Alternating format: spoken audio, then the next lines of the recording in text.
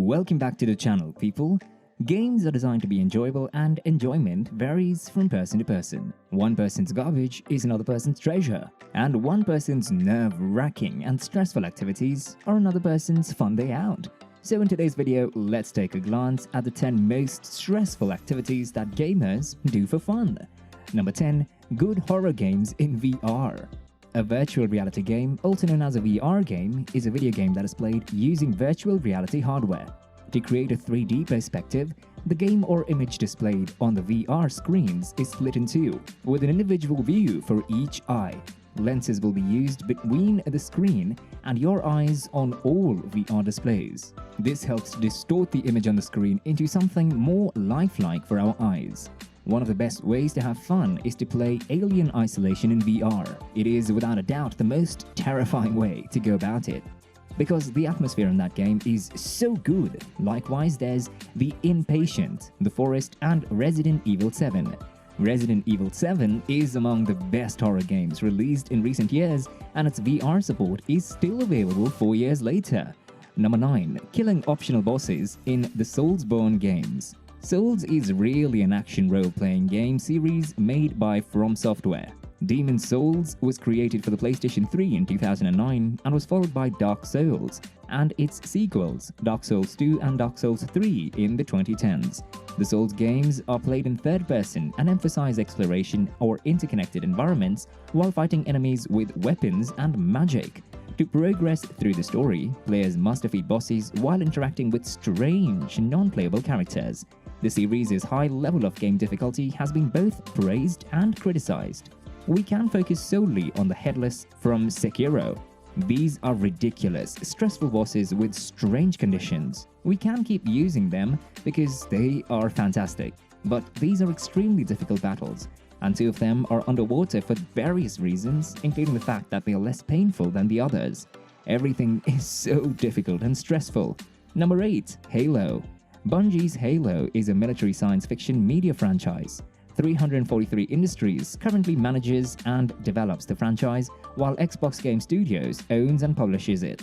The franchise's central premise is based on the adventures of Master Chief John 117, one of the group of super soldiers known as Spartans, and his artificial intelligence AI companion Cortana. The games in this series have received rave reviews, with the original being dubbed the Xbox's killer app. As a result, the term Halo Killer has come to refer to console games. It aims to be better than Halo. It's the most difficult game, so we decide to play Legendary with all of the skulls turned on, or Call of Duty in veteran or realistic mode. Many people enjoy a good challenge, and while many games provide a fair challenge at the highest levels of complexity, many of them seem to be unfair. Halo is one of them. Number 7. Leading a guild in an MMO. A massively multiplayer online game is a video game that has a huge number of players on the same server, frequently hundreds or thousands. Although there are games that differ, most MMOs contain a large, permanent open world. Most network-capable platforms such as the personal computer, video game consoles, smartphones, and other mobile devices can play these games. They span a wide range of video game genres and contain a number of gameplay modes. A guild leader is a player persona who serves as the guild's leader. They have administrative control over the guild's operations, including the ability to assign ranks and privileges, set permissions for the guild bank, add or remove guild members, and so on. Some guilds prefer to settle disagreements with an organized group of members. The guild head is typically the judge, jury, or executioner. Number 6. Trucking simulator games. As an example, consider the American Truck Simulator. The American Truck Simulator is a truck driving simulator that also includes corporate management features. In order to be awarded money and expertise points, players drive teaser trucks and transport loads to a set place. In order to earn the maximum money and experience points, the payload must be delivered to the target as quickly as possible and with the least amount of damage to the items as feasible. After earning in-game money, you can use it to buy more trucks and associated cosmetic, mechanical, and structural modifications, buy fuel and maintenance for those trucks, borrow money from a bank and repay it, hire drivers, and buy garages to house and base them in. The proportion of money and experience points earned is proportional to the length of the delivery, both in terms of distance traveled and the sort of products transported. Number 5. Microsoft Flight Simulator. Microsoft Flight Simulator is a collection of amateur flight simulator programs for Microsoft Windows as well as MS-DOS and classic Mac OS. It is one of the most well-known, long-running and comprehensive home flight simulator programs available. It was an early product of Microsoft's application portfolio, and it stood out from the rest of the company's software, which is primarily business-oriented. It is Microsoft's longest-running software product line, dating back 38 years and 3 years before Windows. One of the most popular PC video game series of all time is the Microsoft Flight Simulator. The flying simulator game is a lot of fun to play, it's realistic, and it looks fantastic. On Xbox, Microsoft Flight Simulator is exactly the same as it is on PC, allowing gamers to fly a variety of planes across a wonderfully detailed model of our planet. It's the next installment in one of the world's most popular simulation series. Number 4. Speedrunning games. A speedrun is a game of a video game, or a portion of one, in which the goal is to finish it as rapidly as possible. While all speedruns aim for a rapid finish, some players set additional goals or restrictions, such as collecting all important objects or playing blinded. Players speedrun to push themselves, entertain themselves, compete, and master a game system in a way that would not be possible in a normal playthrough. Speedrunners frequently keep track of their attempts.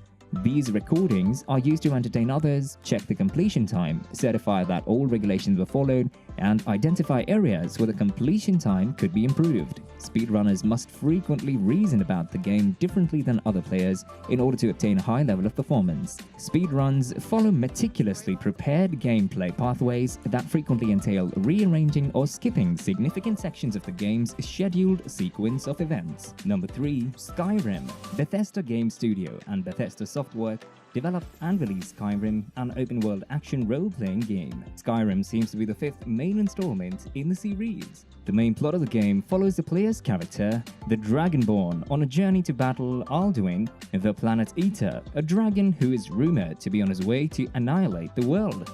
The game takes place in Skyrim, Tamriel's northernmost province, 200 years after the events of Oblivion. Skyrim was created with the Creation Engine, which was rebuilt especially for the game. The team chose a more diversified and original open area than Oblivion's Royal Empire of Cyrodiil, which lead programmer and showrunner Todd Howard thought was less fascinating. The game garnered positive reviews at its initial release, with praise for its character progression, world design and depth, graphics, and dual-wielding combat.